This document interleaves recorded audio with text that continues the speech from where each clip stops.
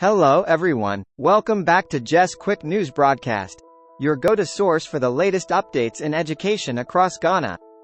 Today, we have an important update regarding the ongoing industrial action by the Colleges of Education Teachers Association of Ghana, also known as CETAG. A critical meeting held on July 5, 2024, between CETAG, the Ministry of Employment and Labor Relations, MELR, FWSC, GTEC, MOF, and PRINCOF, failed to reach a conclusive agreement on ending the strike by CETAG. Despite the government's commitment to addressing all CETAG concerns within 2 weeks, no concrete action was taken. The meeting saw heated discussions over several contentious issues, including top-up of BRA. The government promised to pay the top-up in 2 weeks, but CETAG insists on receiving bank alerts and resolving all outstanding issues before calling off the strike. Migration of lecturers and PhD students.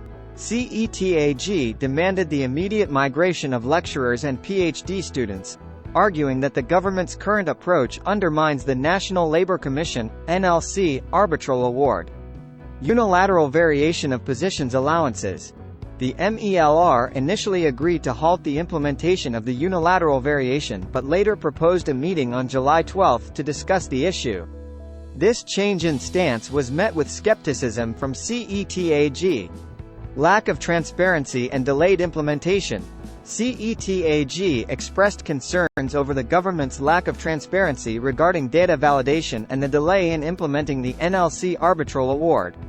In light of these unresolved issues, CETAG declined to sign a meeting outcome document, and the strike action remains in full force.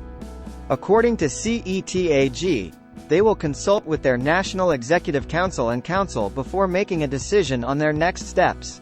That's all for today's update. For more details and to stay informed about the latest news in education, make sure to subscribe to our channel and hit the notification bell. Thank you for watching, and see you next time on GES Quick News Broadcast. Bye-bye.